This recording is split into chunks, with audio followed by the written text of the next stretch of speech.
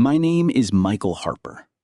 I'm 38 years old, and for most of my life, I had one very simple habit. Every morning before leaving for work, I looked into the bathroom mirror. Nothing unusual about that. Everyone does it. Brush your teeth, fix your hair, check your appearance, move on with your day. It's such a normal part of life that you never stop to think about it. You trust the reflection staring back at you. You trust that it's you. I used to trust it too. Until the morning my reflection blinked after I did. At first, I thought I imagined it. It happened so quickly. I was shaving before work. I blinked. A fraction of a second later, my reflection blinked. Not simultaneously. Afterward, like a delayed video feed, I stared at the mirror. The reflection stared back. Perfectly normal. I laughed at myself. I hadn't been sleeping well. Stress, nothing more. I forgot about it. At least until it happened again. 3 days later.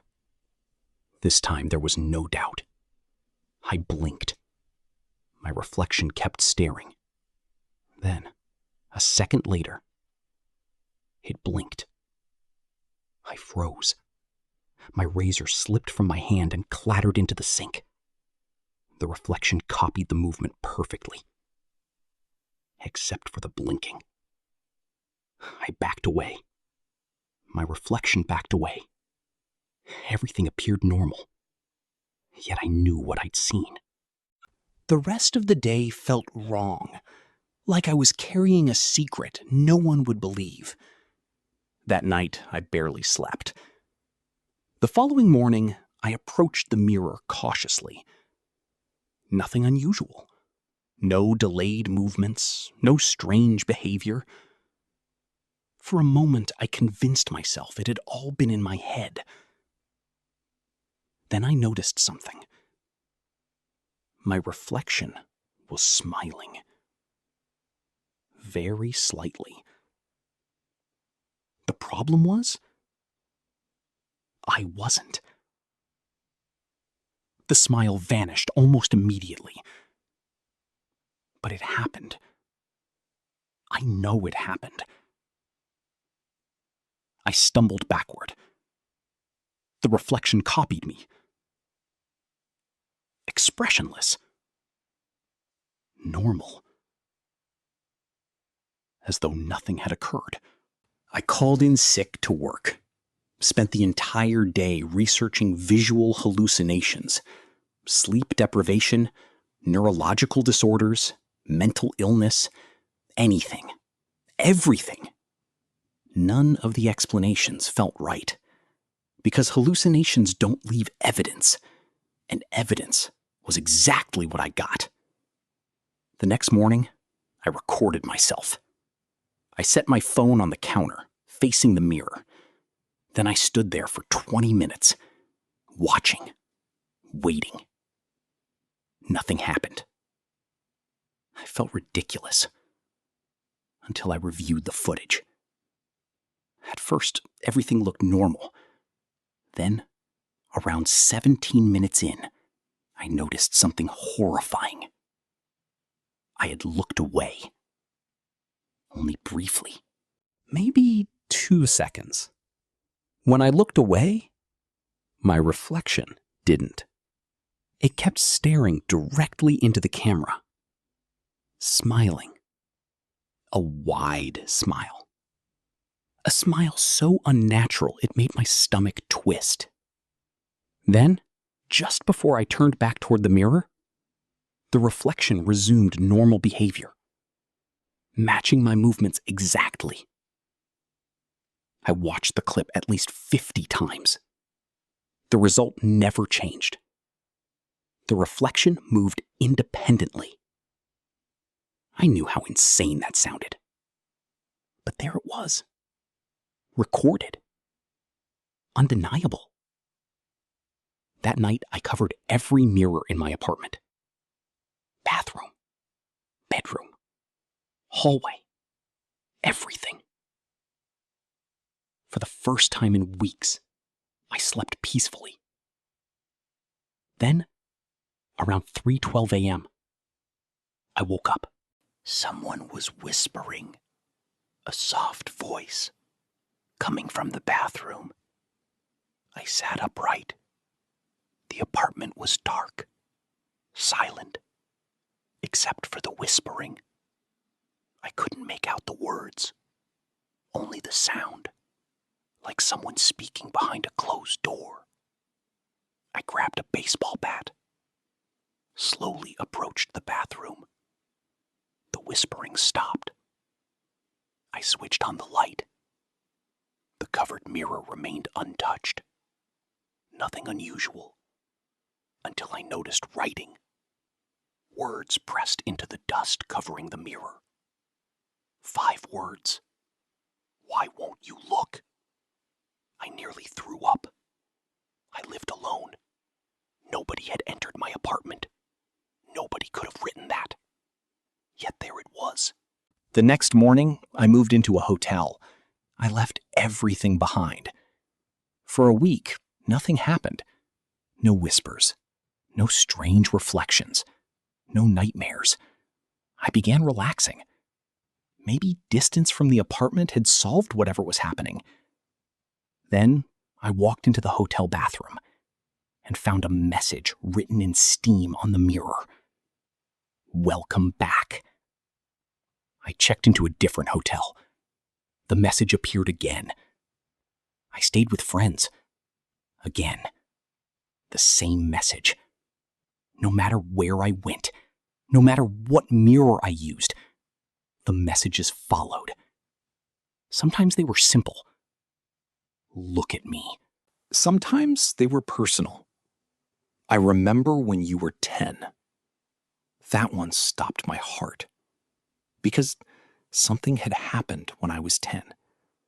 Something I'd spent decades trying to forget. My younger brother, Andrew, drowned while we were swimming. I was supposed to be watching him. I looked away, only for a minute. By the time I noticed he was gone, it was too late. Nobody blamed me, but I blamed myself every day for 28 years. The next message appeared 3 nights later. It wasn't your fault. I stared at those words for a long time. Then another line slowly formed beneath them. That's what you tell yourself. The temperature in the room seemed to drop instantly. I smashed the mirror, shattered it, left the hotel, drove all night. No destination, just driving, trying to escape. But how do you escape your own reflection? A week later, I returned home, exhausted, broken, terrified. I couldn't keep running forever. The apartment looked exactly as I'd left it. Covered mirrors, dark rooms, silence. I decided to face whatever this was. I uncovered the bathroom mirror and looked directly into it. Nothing happened. 5 minutes passed, then 10. The reflection remained normal. Finally, I laughed. Maybe I'd been losing my mind. Maybe stress had finally broken me. Then, my reflection spoke, without moving its lips. The voice came from everywhere. You're not supposed to be here. I couldn't move. The reflection slowly raised its hand. I hadn't moved mine. It touched the glass from the inside, then pushed. The surface rippled like water. The hand emerged. My hand. Identical in every detail. Except for one thing. The fingernails were black, rotting, as if they belonged to a corpse. I stumbled backward. The reflection climbed halfway out of the mirror, still wearing my face, still smiling. "You've been looking into mirrors your entire life," it said. "Did you really think nothing was looking back?" Then everything went black. When I woke up, I was lying on my bathroom floor. Morning sunlight streamed through the window. The mirror appeared normal. No creature, no messages, nothing. I convinced myself it had been a nightmare. Until I went to work. People kept staring at me strangely. Coworkers, friends, even strangers. The same expression. Confusion, concern, fear. Finally, my coworker Jessica pulled me aside. "Mike," she whispered, "what happened to your eyes?" I rushed to the bathroom, looked into the mirror. My reflection stared back, perfectly normal, except for one detail. The reflection wasn't copying me anymore. I raised my hand. It didn't. I tilted my head. It remained still. Then it smiled, a slow, satisfied smile, and tapped twice on the inside of the glass, like someone trapped behind a window. That's when I realized the horrifying truth. The thing in the mirror wasn't trying to get out. It already had. And somehow, I was the one trapped inside.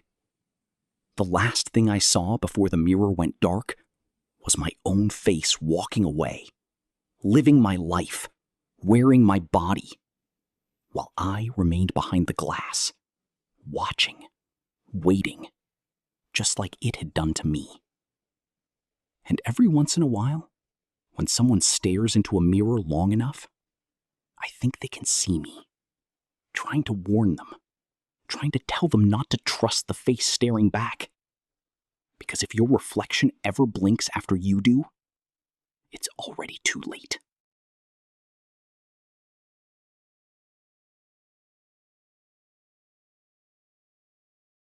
Soren first noticed it on a Tuesday, which felt, in retrospect, almost too neat to be a coincidence. Except it wasn't the day of the week that was wrong. It was the weight. He stepped on the bathroom scale out of habit, the way he did most mornings, and the number was 4 pounds higher than the day before. Nothing unusual there. Bodies fluctuate. He'd had pasta the night before, hadn't slept well, retained water like everyone does sometimes. But the next Tuesday, it happened again. 4 pounds, almost exactly, gone by Wednesday morning, like it had never been there. He mentioned it to his girlfriend, Priya, who laughed and said maybe his body just liked Tuesdays. By the third Tuesday, he started writing it down. It wasn't water weight. He knew his own water weight, the soft fluctuation of it, the way it came and went in a haze over 2 or 3 days. This was sharp. Tuesday morning, heavier. Wednesday morning, back to baseline, like a debt paid off overnight. He bought a second scale to rule out malfunction. Both agreed. He stopped eating dinner on Monday nights entirely, just to see. And Tuesday morning, the 4 pounds were there anyway, sitting on him like they'd been waiting. Priya, ever the rational one, suggested he see a doctor. The doctor ran blood work, found nothing, and gave him the vaguely irritated look doctors give patients who bring in a spreadsheet of their own bathroom scale readings. Weight fluctuates, she said, especially with stress. Are you stressed? He was now, but he hadn't been before the Tuesdays started. He began to feel it before he even stepped on the scale. A heaviness in his hands on Tuesday mornings, in his eyelids, in the way his own arms felt unfamiliar lifting a coffee mug. Not fat, not bloat, just more. As though some quantity of him that was usually distributed thin and invisible across the rest of the week had decided every seventh day to concentrate itself into something with mass. He started keeping a journal, the kind of careful, paranoid record-keeping that feels sane while you're doing it and looks deranged a month later. He noted what he ate, he noted his mood. He noted on the 8th Tuesday something he hadn't let himself write down before, that the heaviness seemed to settle most in the parts of his body that had been touched the most that week. His right hand, the one he wrote with. His shoulders, where Priya rested her head. His chest, where his daughter from his first marriage liked to fall asleep on the rare weekends she stayed over. He told no one this part. It sounded insane even inside his own head, and writing it down made it worse, not better. Like giving a shape to something that had been formless and was now, suddenly, a theory with teeth. His daughter, Wren, was 7 and stayed over every other weekend. On a Saturday in the 9th week, she fell asleep against his chest watching a movie the way she always did, her small weight pressing into his sternum, her breathing slow and even. That Tuesday, the scale read 9 pounds heavier, more than it had ever been. He didn't tell Priya about the connection he was starting to draw, because the connection didn't make sense, because there was no mechanism by which holding his daughter on a Saturday could manifest as mass on a Tuesday, because the whole idea required a kind of physics that didn't exist, and a kind of guilt that he didn't want to look at directly. But he stopped letting Wren fall asleep on him. He started finding reasons, a stiff back, a long day, to keep her at arm's length during their weekends, hugging her hello and goodbye and nothing in between. And he told himself it was about the scale, the mystery, the science of it, and didn't examine why some small, ugly part of him felt relieved to have an excuse. The Tuesday after that came in at 2 pounds. Better. Manageable. He told himself this confirmed something, though he couldn't have said what. Wren noticed before Priya did. 7-year-olds notice everything that adults think they're hiding well. She asked him on a Sunday morning over cereal why he didn't hug her like he used to, and he said he did. Of course he did. Don't be silly. And reached over and hugged her too hard and too fast in a way that satisfied neither of them. That night, after she'd gone back to her mother's, he sat on the bathroom floor at 2 a.m. and admitted to himself, in the specific quiet of a house where everyone else is sleeping, that he had begun rationing affection, that he had started, in small and shameful increments, pulling away from the people who loved him most, not because he loved them less, but because some part of him had decided, on no evidence at all, that loving them cost something measurable, and that the bill came due every Tuesday, whether he wanted it to or not. He went back to the doctor. He didn't mention the theory. He asked instead a different question. Is there anything that can make a person feel heavier that isn't physical? The doctor, more patient this time, started talking about somatic symptoms, about how grief and guilt and unprocessed stress can manifest as physical sensation, real and measurable sensation, not imagined, the body keeping a kind of ledger the mind refuses to read. She mentioned gently that he'd said the word guilt twice without seeming to notice. He went home and thought about his first marriage, about the years he hadn't been present for, the version of himself that had been thin and light and easy to love because he'd given so little of himself that there was nothing to weigh. He thought about how much heavier this version of his life felt. Priya's head on his shoulder, Wren's small weight against his chest, and how some old, frightened part of him had apparently decided that this was a debt, a cost, a thing that would eventually be collected. The scale didn't stop. The Tuesdays kept coming, every 7th day, heavier in direct and uncomfortable proportion to how much he had let himself be loved that week. He never found a doctor who could explain it, never found anyone else who'd experienced anything like it. Never found so much as a single forum post or old folk tale that matched the shape of what was happening to him. He did eventually stop trying to explain it and started instead just enduring it, letting Tuesdays be heavy, letting himself feel however many pounds his own life cost him that week. And on the worst Tuesdays, the ones that came in at 10 or 12, he would sit very still in his kitchen and think, this is what it costs. This is what it has always cost. I just never used to pay attention to the number. He never told Priya. He never told Ren. He let Ren fall asleep against his chest again the next weekend, and the one after that, and didn't pull away, even when he felt the particular dread of knowing exactly what Tuesday would bring. He still doesn't know if the weight is real, or measured, or his alone. He has never met anyone else who carries it. But sometimes, lying awake on a Monday night, he hears, or thinks he hears, the soft, distant sound of someone else's scale clicking on in another house, another room, another life. Some other person about to learn what their own Tuesday costs.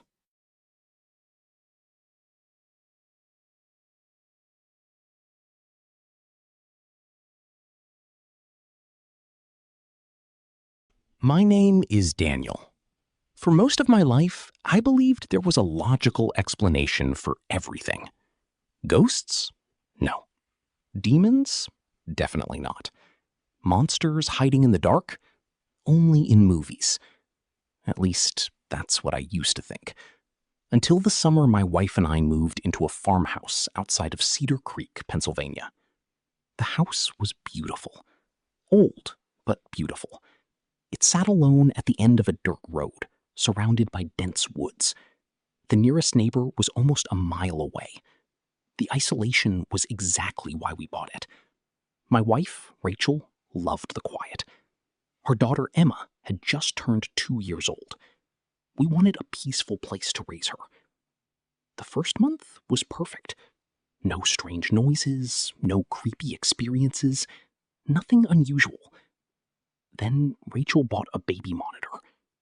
The farmhouse was large, and Emma's bedroom was upstairs, while ours was downstairs. The monitor gave us peace of mind. For the first few weeks, it worked perfectly. Until one night in August. Around 2:30 a.m., I woke up to static. The baby monitor sat on my nightstand. The screen showed Emma sleeping peacefully. I reached over to turn the volume down. Then I heard it. A voice. A man's voice. Very faint. Very distant. She's awake. I sat upright immediately. Rachel stirred beside me. What is it? She mumbled. I turned the volume up. Nothing. Just static. I convinced myself it was interference. Maybe another monitor nearby. Maybe a radio signal. The next morning I forgot about it. But 3 nights later, it happened again. This time, the voice sounded clearer. Closer. She's looking at me. Every hair on my body stood up. I grabbed the monitor. Emma was asleep. The room looked empty. No movement. No shadows. Nothing. I rushed upstairs. Emma's room was exactly as I'd left it. She was sleeping peacefully. Nobody else was there.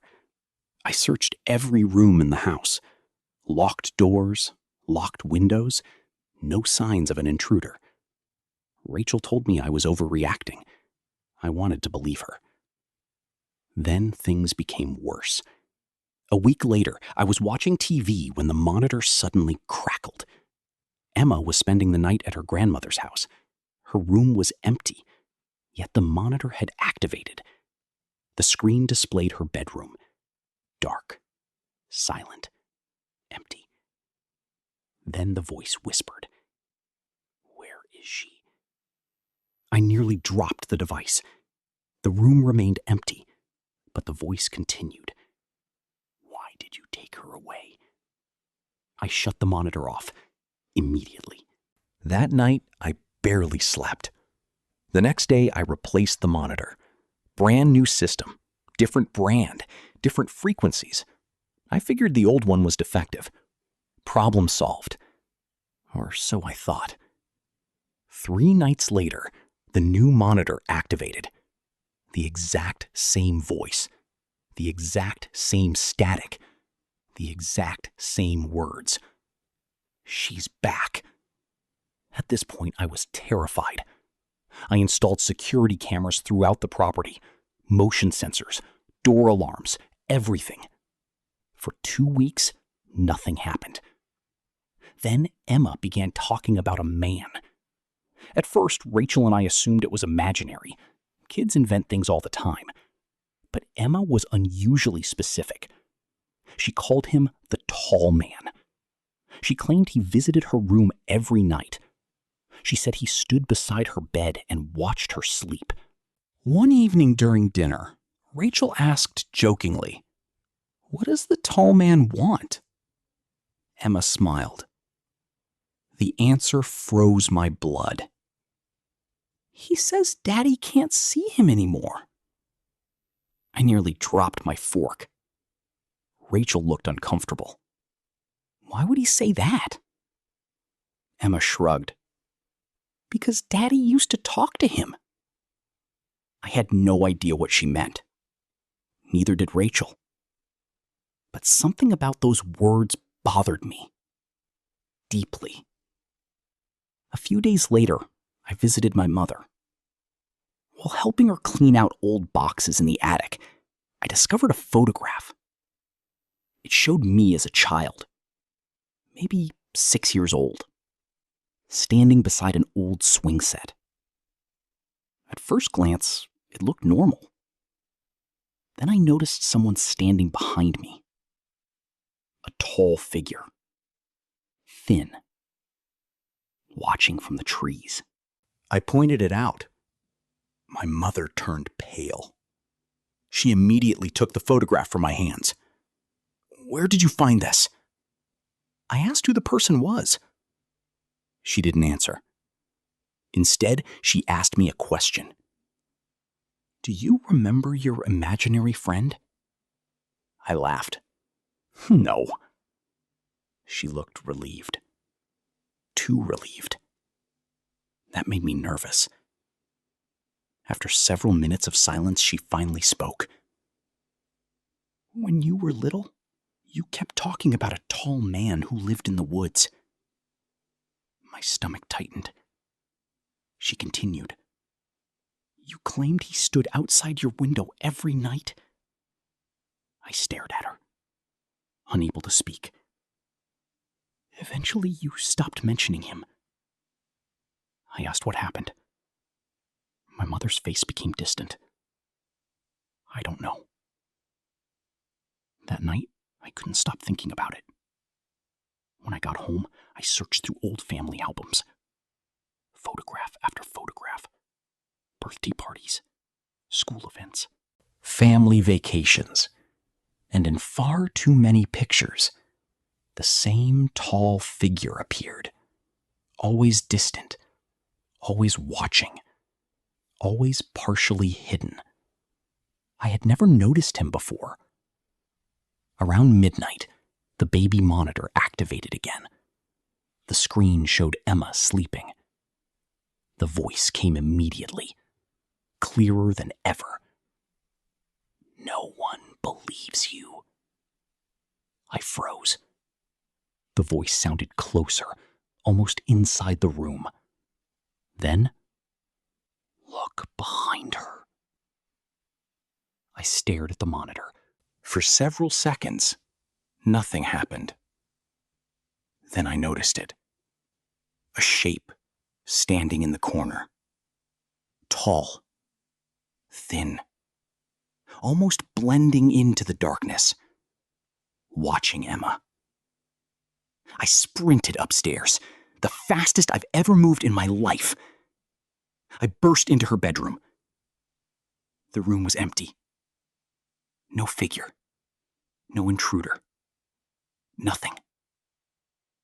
Emma sat up in bed, half asleep. "Daddy?" I checked every corner, every closet, every inch of the room. Nothing. Then Emma pointed toward the doorway and whispered, "He left because you came." I barely slept that night. The next morning, I reviewed footage from my security cameras. Most recordings were normal, until I checked the camera facing Emma's bedroom door.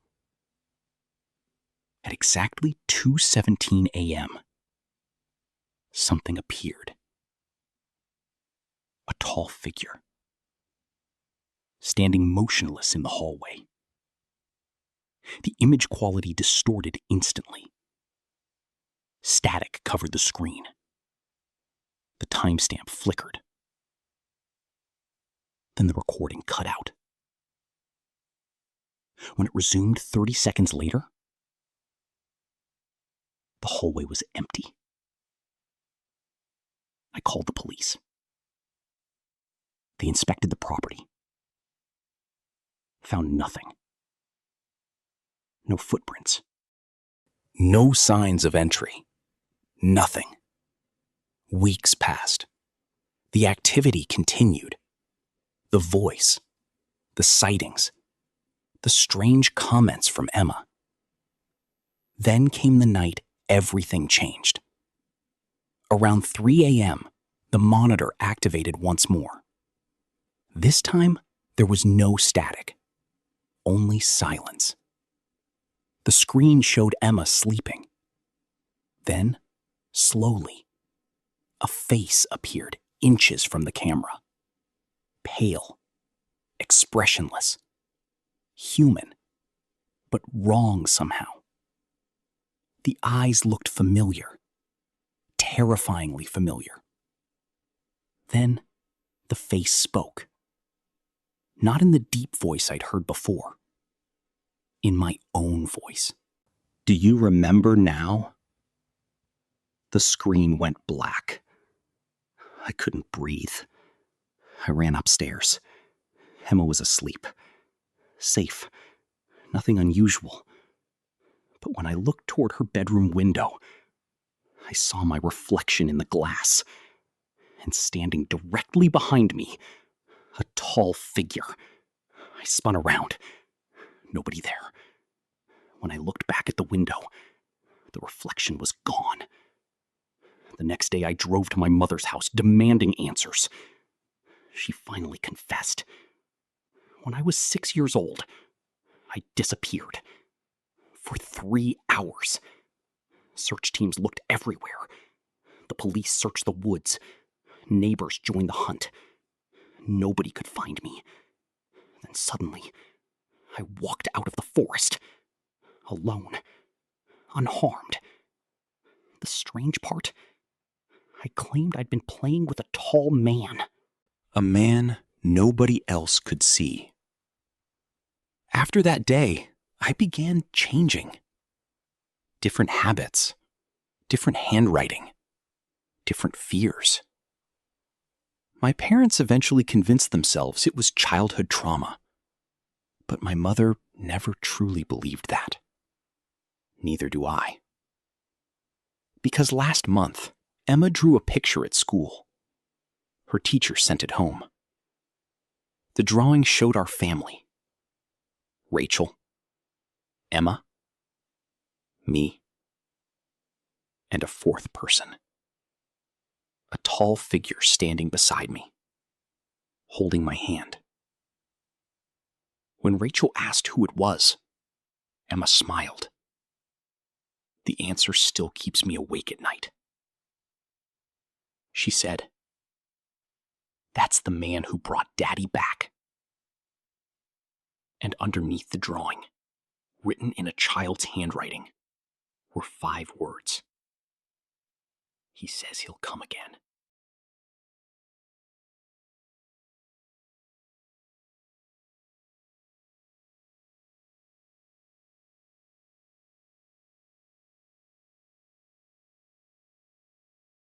I've never told this story publicly because I know how insane it sounds. If I heard someone else tell it, I'd assume they were lying or losing their mind. Maybe I was. But everything I'm about to describe really happened. At least, I think it did. It began after my divorce. I was 34 years old, depressed, isolated, barely sleeping. My doctor recommended therapy. I resisted for months before finally scheduling an appointment. The therapist's office was located in a quiet building downtown. Her name was Dr. Emily Hart. She seemed kind, patient, exactly what I needed. Our first session went well. So did the second. And the third. Over time, I started trusting her. I told her things I'd never told anyone. Childhood fears, failures, regrets. Every week she listened, never judged, never interrupted. Then strange things started happening. Small things, easy to dismiss. One afternoon, she mentioned a dream I'd had. The problem was, I'd never told her about it. I asked how she knew. She smiled. "Didn't you mention it last session?" I assumed I had forgotten. The human memory isn't perfect. Weeks later, she referenced a conversation I had with my ex-wife. A conversation that happened the previous night, after our appointment. Again, she acted as though I'd already told her. The feeling unsettled me, but I ignored it. Then came the notebook. During one session, I noticed a black name was written on the cover. Curiosity got the better of me. When she briefly left the room, I opened it. Inside were detailed notes. Hundreds of pages. Every thought, every memory, every insecurity I'd ever shared. But there were entries I didn't recognize. Pages describing events that hadn't happened yet. Future conversations, future mistakes, future decisions. I laughed nervously. Maybe they were therapy exercises, predictions, nothing more. Then those events began occurring exactly as written, word for word, day after day. The notebook predicted arguments, phone calls, accidents, everything. The accuracy became impossible to ignore. I confronted Dr. Hart. Instead of denying it, she asked a question, one I'll never forget. What if you're remembering things in the wrong order? I had no idea what that meant. Neither did she explain. After that session, things deteriorated quickly. I started noticing people staring at me. Strangers, cashiers, neighbors, people I'd never met. They'd glance at me with strange expressions, like they recognized me. One evening, I returned home and discovered a photograph on my kitchen table. No note, no envelope, just a photograph. It showed me sleeping, taken inside my apartment. The timestamp indicated it was captured 3 years earlier. But I'd only moved into that apartment 6 months ago. I stopped sleeping, stopped eating. Paranoia consumed me. Eventually, I decided to research Dr. Hart. I wanted proof she was real. I searched medical records, professional databases, state licenses. Nothing. No record existed. Not one. I drove to her office. The building receptionist looked confused. No therapist works here. I showed her Dr. Hart's business card. She stared at it, then asked where I'd gotten it. The office suite number printed on the card didn't exist. I felt sick. I checked my phone. Every appointment reminder had vanished. Every email disappeared, as if they'd never existed. I called her number. Disconnected. The next day, I returned to the office building. The room where we'd met was empty. Abandoned. Dust covered the floor. There was no furniture. No desk. No chairs. Nothing. Yet I remembered sitting there dozens of times. I remembered every conversation, every session, every detail. I thought I was losing my mind. Then I found the final notebook, waiting outside my apartment door. My name on the cover. Inside were hundreds of entries. The first pages described my childhood. The middle pages described my adulthood. The last pages described the future. My future. Including this moment. Including me reading the notebook. Including the exact thoughts running through my head. Near the end was a final entry. Only one sentence. Tomorrow, he will remember who Dr. Hart really is. I didn't sleep that night. The next morning, memories returned. Not gradually, all at once, like a dam breaking. I remembered being 12 years old, a car accident, a head injury, weeks in a hospital, and a woman who visited me every day, a psychologist. Her name was Emily Hart. She helped me recover. She died 6 months after my discharge, 22 years before my first therapy appointment. I checked old records, newspaper archives, yearbooks. Everything confirmed it. Dr. Emily Hart had been dead for decades. I wish the story ended there. I really do. But that evening, I opened the notebook again. The pages were blank, except for one final line, written at the very end. A line that wasn't there before. Good. Now you're ready for our next session. I've never seen Dr. Hart again. But every year, on the anniversary of the accident, I wake up to find a new black notebook waiting outside my door. And every year, the first page contains a detailed account of events that haven't happened yet. So far, every single one has come true.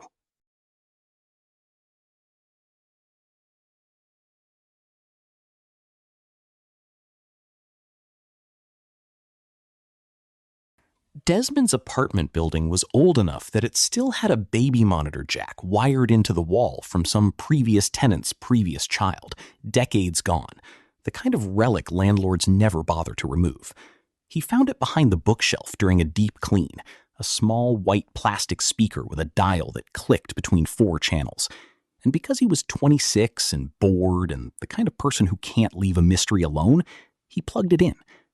Static on 1. Static on 2. Static on 3. On 4, a voice.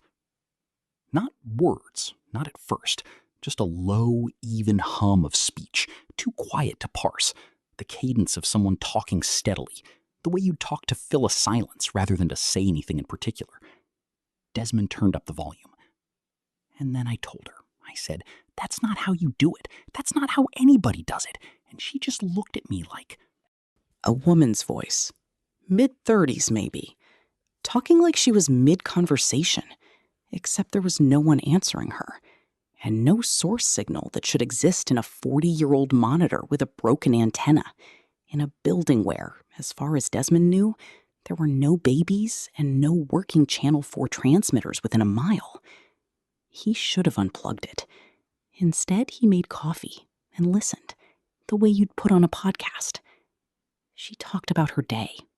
Groceries, a coworker named Phil, a leak in her ceiling that the building still hadn't fixed.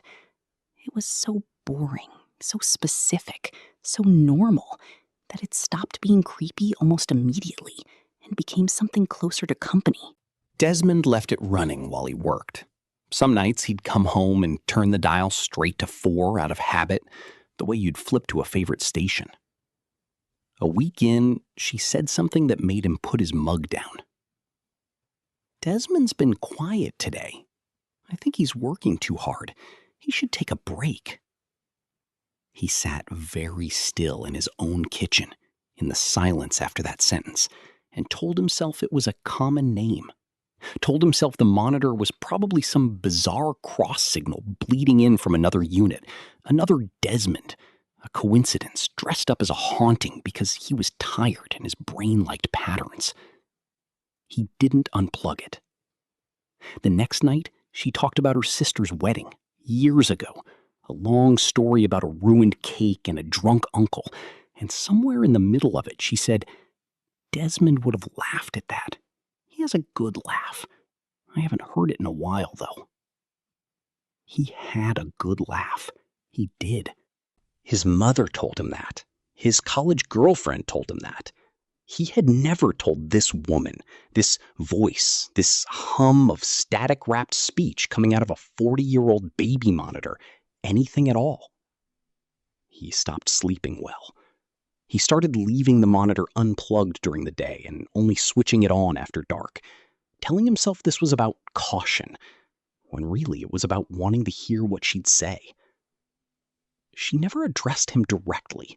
She talked around him, near him, about him, like he was a name that kept surfacing in a story she was telling someone else, someone Desmond couldn't hear, couldn't place, whose presence he started to feel more than detect, like a shape standing just behind him whenever the dial was on 4. 3 weeks in, his sister called, worried, because he hadn't answered texts in 2 days. "I'm fine," he told her. "I've just been tired." "You sound tired," she said. "Actually, you sound exactly like you did after Mom." "I'm fine," he said again, and hung up before she could finish a sentence he didn't want finished. That night, the voice said, "He told his sister he's fine. People always say that, right before they're really not." Desmond unplugged the monitor for the first time in 3 weeks. He sat in the dark apartment with his heart going too fast, and he thought clearly for the first time in days, "I need to stop listening to this." He lasted 4 hours. When he plugged it back in, the static on channel 4 was gone. Not silence, gone. The specific staticless quiet of a channel that simply isn't receiving anything, the way it had sounded on 1, 2, and 3 since the day he found it. He turned the dial anyway. 1, 2, 3, 4. Static, static, static. Nothing. He told himself this was good.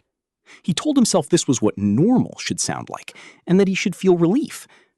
And instead, he felt the particular cold dread of a room that has just become much, much emptier than he expected. He went to bed early. He didn't sleep. At some hour he couldn't name, he woke to a sound from the front room. Not the monitor, no static, no hum. A voice. Close. Just outside his bedroom door. Mid-sentence. The way she always was. As though she'd been talking the whole time and he'd simply only now started listening. "And that's the thing about Desmond," she was saying. "Conversational, warm, the cadence of someone telling a story to a friend who'd been there all along. He always thinks he's the one listening." Desmond did not open the door. He lay in the dark and listened to her talk for a long, long time, about him, around him, near him. And somewhere in the gray hour before dawn, he understood, with the specific clarity that only arrives too late to help, that the monitor had never been the thing transmitting her voice into his apartment. It had been the thing keeping her on the other side of the wall.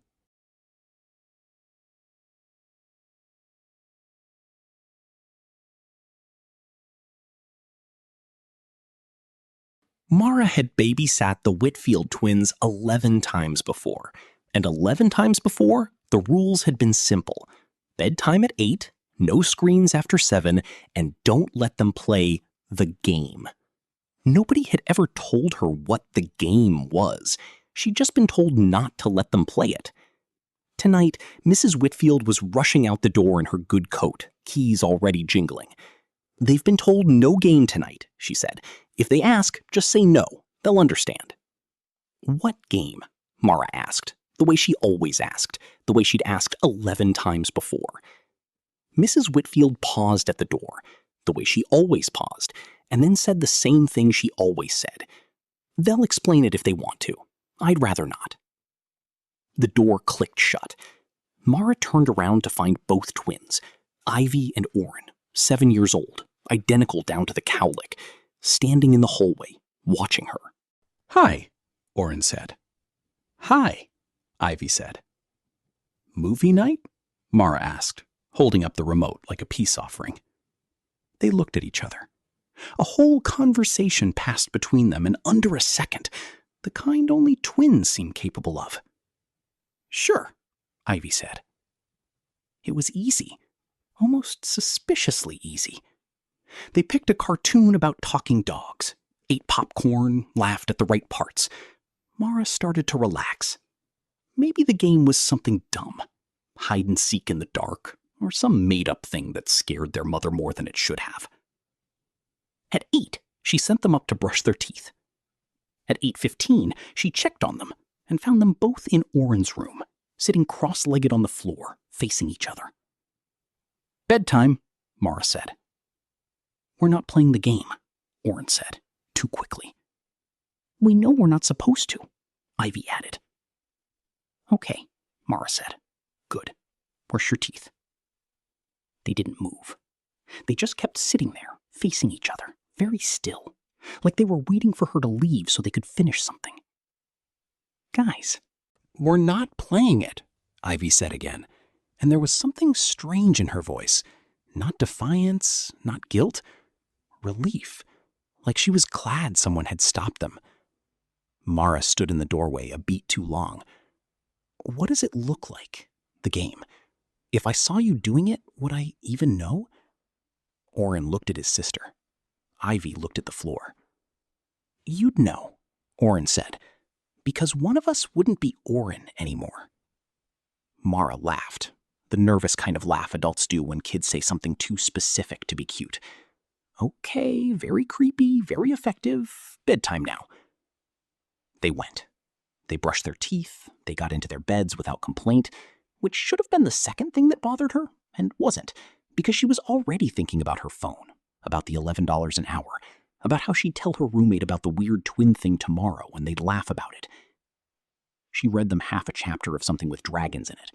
She turned off the big light, left the small one on, the way Mrs. Whitfield had shown her. She said goodnight to Orrin in his bed by the window, and goodnight to Ivy in her bed by the door, and pulled the door 3/4 shut, the way Mrs. Whitfield had shown her. Downstairs, she made tea. She texted her roommate. "Kids are sweet, but said something so weird tonight, lol." She watched 40 minutes of a show about people renovating lake houses. The house was quiet in the specific, complete way that only houses with sleeping children achieve. That hush that feels less like silence and more like held breath. At 10, she went up to check on them, the way she always did. Orrin was in his bed, by the window, asleep, blanket up to his chin. Ivy was in her bed by the door, asleep, blanket up to her chin. Mara almost closed the door again. She'd almost made it. But something nagged. The dragon's book was on the floor between the beds, splayed open, and she didn't remember it falling like that. She picked it up to set it on the shelf, and when she straightened, she found herself looking, really looking, at the two sleeping shapes for the first time since she tucked them in. Orrin's hair had a cowlick on the left. Ivy's hair had a cowlick on the left too. It always had. She just never paid attention to which side. She stood there with the dragon book in her hands, trying to remember. Had it always been the left, for both of them? Or had it been the left for Orrin and the right for Ivy, and she'd simply never looked closely enough across 11 nights to know the difference? Because why would you? Because they were identical. That was the whole point of twins. One of the shapes in the beds shifted, just slightly. A small, contented sound, the kind sleeping children make. Mara found she did not want to know which bed it had come from. She put the book down very quietly. She backed out of the room. She left the door at exactly 3/4, the way Mrs. Whitfield had shown her. And she went downstairs and she sat on the very edge of the couch with her phone in both hands. And she did not check on them again. At 11:40, the Whitfields came home. Mrs. Whitfield went straight upstairs before even taking off her coat. She always did, Mara realized now, every single time, before anything else, and came back down a full 2 minutes later, smiling, saying they were fast asleep, exactly as they should be. "Good night?" Mr. Whitfield asked, getting out his wallet. "They didn't play the game," Mara said. "I made sure." Mrs. Whitfield's smile didn't move, but something behind her eyes did, just for a second, like a held breath finally let go. "I know," she said. "I checked." Mara took the cash and didn't ask what would have happened or how Mrs. Whitfield could possibly know just from looking, or why she went upstairs first every single time before she'd even said hello. She told herself, walking home under the streetlights, that some questions are worse to have answered than to leave alone.